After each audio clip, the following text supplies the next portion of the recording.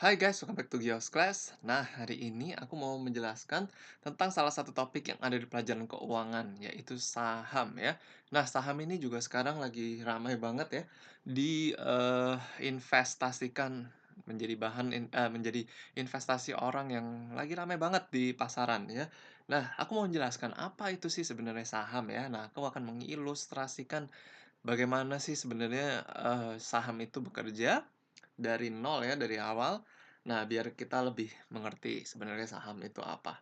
Nah, sebenarnya saham itu, definisinya adalah bukti kepemilikan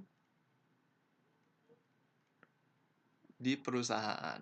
Nah, secara simpel, saham adalah bukti kepemilikan di perusahaan. Jadi, jika kita memiliki saham dari perusahaan A, berarti kita memiliki kepemilikan di perusahaan A, seperti itu ya. Nah, untuk lebih jelasnya aku akan mengilustrasikan dalam sebuah cerita ya. Nah, misalnya ada seorang bapak nih ya. Nah, ada seorang bapak, nah namanya ini adalah Pak Joni ya, gitu. Nah, Pak Joni ini ceritanya dia mempunyai toko roti ya, toko roti. Ya katakanlah roti Joni gitu ya. Nah, roti Joni ini setiap hari memiliki, permintaan roti sebesar 100 roti gitu ya.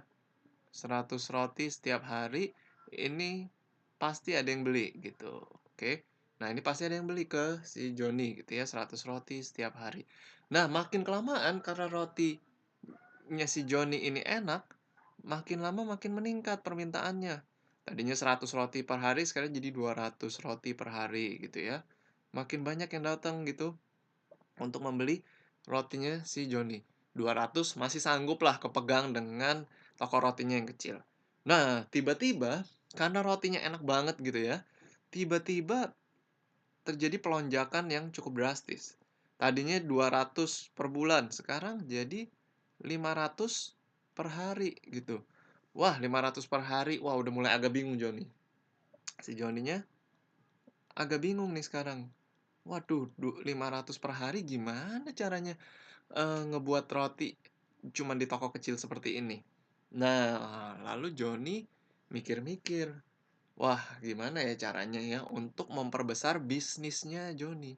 Jadi dia mau membuat sekarang bukan toko roti, sekarang dia mau membuat pabrik roti Joni. Nah, setelah dia hitung-hitung, ternyata pabriknya itu membutuhkan, ya katakanlah, membutuhkan 100 miliar gitu ya, untuk membeli, eee, untuk membeli mesin ya, untuk membeli, tempat, untuk merenov, dan segala macamnya membutuhkan 100 miliar. Wow, uang yang cukup banyak ya, 100 miliar gitu. Enggak. Nah, apa yang harus dilakukan Joni? Nah, Joni bisa melakukan 2 hal ya. Nah, di dalam, eee, dunia keuangan kita mengenal apa yang namanya struktur modal ya. Nah, struktur modal itu adalah cara perusahaan untuk mendapatkan uang dari pihak eksternal ya, pemodalan eksternal. Nah, cara yang pertama yang bisa dilakukan Joni untuk mendapatkan uang ya, nah Joni sih bisa pakai uangnya sendiri juga, tapi uangnya sendiri juga nggak cukup, 100 miliar itu terlalu besar buat dia ya. Jadi cara pertama yang bisa dia lakukan adalah dia bisa minjem uang.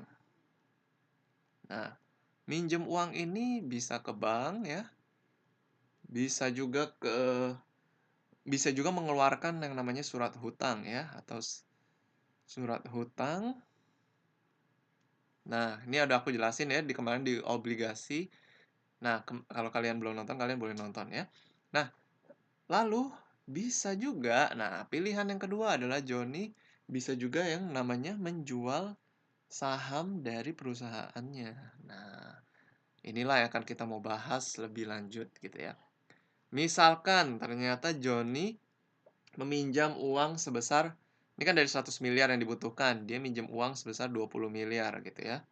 Nah, peminjaman di dalam perusahaan itu juga nggak boleh, terlalu besar, karena kalau terlalu besar ada resiko dia jadi gagal bayar nantinya, nggak bisa bayar lagi, dan dia harus bayar bunga kan kalau meminjam gitu ya. Nah, sebaliknya dia bisa melakukan, opsi yang satunya, yaitu menjual saham. Nah, ceritanya Jony ini punya goal menjual saham untuk menutupi kekurangan dari dana 100 miliar yang dia butuhkan untuk membangun pabrik roti. Dari 20 miliar kurangnya berarti 80 miliar ya, untuk membuat pabrik rotinya. Nah, yang dilakukan Jony adalah dia ingin menjual sahamnya. Jadi ketika saham Jony dijual ini, rotinya, nah nanti kepemilikannya itu sudah berpindah sebagian ya ke orang yang membeli sahamnya. Jadi seperti ini. Nah, apa yang harus dilakukan Jony ketika dia mau menjual sahamnya? Nah, dia harus menghubungi yang namanya underwriter ya, bank underwriter. Nah, underwriter ini akan membantu Jony. Nanti aku akan jelaskan lebih lengkap ya, untuk apa tugasnya sih underwriter. Underwriter ini intinya adalah membantu Jony untuk proses penjualan sahamnya ke publik gitu ya. Jadi Jony ini harus, memenuhi beberapa syarat yang dibutuhkan untuk, menjual sahamnya di publik. Seperti yang pertama itu dia harus mempunyai aset yang jelas gitu ya. Terus dia harus punya keuntungan yang cukup bagus gitu ya. Ada syarat-syarat, detailnya. Nah, yang pertama aset, keuntungan, dan juga dia juga harus mempunyai struktur organisasi yang jelas gitu. Ada beberapa lagi sih sebenarnya syaratnya, tapi syarat utamanya seperti ini ya. Nah, lalu dia ceritanya ya, misalkan underwriter-nya sudah menyetujui bahwa syarat-syarat yang ditetapkan ini sudah tercukupi ya dan sudah benar. Nah, sekarang kan tadinya ya, anggaplah ini adalah seluruh kepemilikan roti Jony. Nah, jadi tadinya roti Jony ini 100% ya, penuh, 100% itu punya si Jony. Nah, sekarang ketika dijual sahamnya, nah katakanlah Jony hanya menjual 20% dari sahamnya ya. Nah, jadi Jony tidak melepas semua kepemilikan dari perusahaan, dari pabrik roti Jony ini ke publik ya. Dia hanya menjual 20%-nya. Nah, jadi 20% ini akan menjadi milik publik ya, atau milik banyak orang yang membeli sahamnya Jony. Nah, sementara 80%-nya Jony. Nah, jadi tadinya dia punya 100%, sekarang Jony hanya memiliki 80% karena 20%-nya itu dijual menjadi saham dan dijual kepada publik, sehingga kepemilikan Jony atas pabriknya itu berkurang sebesar 20%. Jadi hanya 80% gitu ya. Nah, lalu setelah beres gitu ya. Nah, jadi orang yang orang yang membeli saham Jony nanti akan memiliki yang namanya kepemilikan di dalam pabrik roti Jony gitu. Nah, itulah adalah saham ya. Nah, ketika akhirnya sahamnya diterbitkan ya, saham roti Jony gitu. Nah, ketika sahamnya diterbitkan, nah penerbitan pertama kita kenal dengan istilah IPO atau Initial Public Offering. Jadi ketika Initial Public Offering itu adalah ketika kita menjual saham dari perusahaan itu pertama kali, itu namanya Initial Public Offering ya, dari perusahaan ke publik ya. Nah, publik nanti kan banyak yang beli gitu ya sahamnya.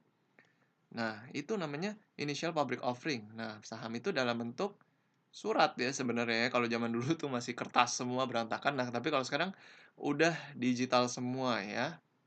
Nah, ini roti Jony ceritanya nih, sahamnya Jony gitu ya. Nah, sahamnya roti Jony misalkan dari 20% ini ternyata dia mencetak 200 juta lembar 200 juta lembar saham gitu ya. Dengan harga IPO sebesar misalkan Rp500 gitu. Nah, bagaimana cara menentukan harga IPO? Nah, itu adalah persetujuan dari underwriter sebagai ininya ya, yang membantu Jony menerbitkan sahamnya gitu. Ada banyak pertimbangan yang underwriter akan pikirkan. Nah, mungkin nanti aku akan bahas ya, itu ada menjadi topik sendiri ya, karena itu cukup panjang yang harus dibahas. Nah, jadi ketika Jony menjual sahamnya 200 juta lembar dengan harga IPO Rp500, maka total uang yang Jony dapatkan adalah 500 kali 200 juta ya, 200 juta kali Rp500. Nah, Jony akan mendapatkan total uang 100 miliar ya. 100 miliar. Nah, 100 miliar ini yang Jony bisa pakai untuk membangun pabriknya Jony yang tadi dia pingin bangun. Dia butuh 100 miliar. Tapi tadi dia udah minjem 20 miliar ya. Nah, sekarang dia sebenarnya butuh cuma 80 miliar. Jadi Jony surplus sekarang 20 miliar lagi tambahan gitu ya untuk misalnya bisa membangun bisa untuk modal tambahan ya. Nah, jadi Jony mendapatkan 100 miliar dari penjualan sahamnya ke publik gitu. Nah, sekarang Jony memiliki banyak investor ya. Memiliki banyak investor yang membeli sahamnya dia. 200 juta lembar sahamnya dibeli oleh investor-investor ini yang memiliki sahamnya si Jony. Nah, sekarang sebagai investor saham dari jadi Roti Jony, apa sih sebenarnya keuntungan keuntungan si investor sebagai investor dari saham ya? Keuntungan investor saham. Nah, kalian mungkin juga nggak tahu apa sih sebenarnya keuntungan investor saham ya? Nah, yang pertama ketika dia membeli saham Roti Jony, nah yang pasti dia memiliki kepemilikan di dalam perusahaan atau pabrik Roti Jony ya. Nah, karena dia memiliki kepemilikan di perusahaan Roti Jony, jadi ketika Roti Jony untung, nah mereka mendapat pembagian keuntungan. Nah, jadi kayak profit sharing gitu ya. Nah, itu kita kenal dengan sebutan dividen. Nah, dividen itu adalah pembagian keuntungan yang diberikan kepada persentase keuntungan yang dikasih kepada investor. Itu namanya dividen ya, atau persentase keuntungan yang dibagikan ke investor dari keuntungan perusahaan atau pabrik tersebut gitu. Nah, misalkan si Roti Jony-nya itu untung misalkan dalam setahun 10 miliar gitu ya. Nah, sahamnya yang dijual ke publik tadi kan 20% ya. 20%. Nah, berarti 10 miliar kali 20%. Berarti 2 miliar itu yang akan dibagikan ke publik gitu ya. Nah, 2 miliar ini akan dibagi lagi dengan jumlah saham per lembarnya. Yaitu tadi ada 200 juta lembar ya. Nah, jadi keuntungan yang dibagikan ke publik adalah satu lembar, aku panah aja ya, satu lembar itu akan diberikan 10 rupiah ya. Setelah dibagi 2 miliar dengan 200 juta, maka didapat satu lembar 10 rupiah. Nah, jadi kita kalau misalnya kita punya 10 lembar, ya kita mendapat 100 rupiah. Kalau kita punya 1000 lembar gitu ya, ya jadi 10.000 dan kelipatannya. Makin banyak kita punya lembar sahamnya, makin besar keuntungan yang kita dapat dari dividen, pembagian dividen ini gitu ya. Nah, lalu apalagi sih yang dapat keuntungan dari si investor saham? Nah, yang kedua itu selain dividen, kita bisa mendapatkan yang namanya capital gain ya. Nah, capital gain gini maksudnya ini. Jadi ketika kita beli sahamnya Jony kan harganya 500 pada saat IPO ya. Nah, nanti jikalau misalkan gitu ya, ini hari ini, nah ini bulan depan, misalkan bulan depan harganya menjadi 750 gitu ya. Nah, jadi dalam 1 bulan, nah bisa kita jual gitu sahamnya dari 500 jadi 750. Nah, kita mendapatkan untung sebesar berapa? Sebesar Rp250 per lembar sahamnya gitu ya dalam kurun waktu 1 bulan atau bisa bisa aja dalam kurun waktu berapa hari atau berapapun itu tidak ada yang bisa menebak gitu ya. Nah, bisa aja naik turun tapi bisa rugi juga, bisa 500 jadi 300 bisa juga, nggak menutup kemungkinan. Makanya investasi saham itu beresiko ya karena bisa naik bisa turun harganya gitu. Nah, jadi yang didapat dari keuntungan investor saham adalah dividen dan capital gain dan juga ada voting right ya. Jadi, investor saham itu bisa membantu menentukan siapa yang menjadi direktur nantinya seperti itu di dalam, di dalam perusahaan Roti Joni gitu ya. Nah, jadi itulah sebenarnya cara kerja saham ya. Nah, kalau misalkan andai kata ini ya, andai kata Joni tiba-tiba perusahaannya makin membesar lagi, permintaannya makin banyak. Nah, Joni bisa mendirikan perusahaan yang bisa mendirikan perusahaan yang lebih besar lagi. Roti Joni gitu ya, makin gede aja pabriknya digedein lagi. Nah, Joni bisa meningkatkan penjualan sahamnya, tadinya 20% misalkan, nah sekarang ditambah gitu, misalkan dari 20% jadi tambah 10% lagi gitu ya ke publik. Jadi nambah. Nah, nanti dijual lagi sahamnya ke publik. Jadi Joni mendapat tambahan uang lagi. Nah, kayaknya ini dulu aja ya penjelasan aku tentang saham ya. Jadi saham itu adalah bukti kepemilikan ya. Jadi ketika kita membeli, kita akan memiliki, saham atau kepemilikan di dalam perusahaan tersebut yang di mana kita akan mendapatkan persentase keuntungan atau dividen dan juga kalau kita jual lagi kita bisa dapat capital gain ya. Jadi saham itu intinya adalah bukti kepemilikan di dalam perusahaan.